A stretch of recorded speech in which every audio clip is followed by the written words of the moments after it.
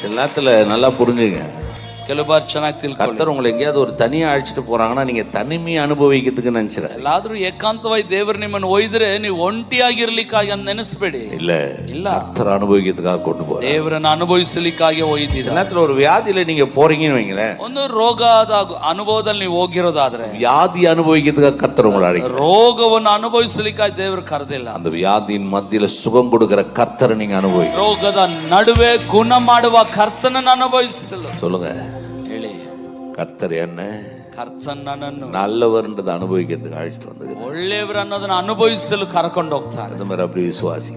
ನಂಬ್ತೀರಿ?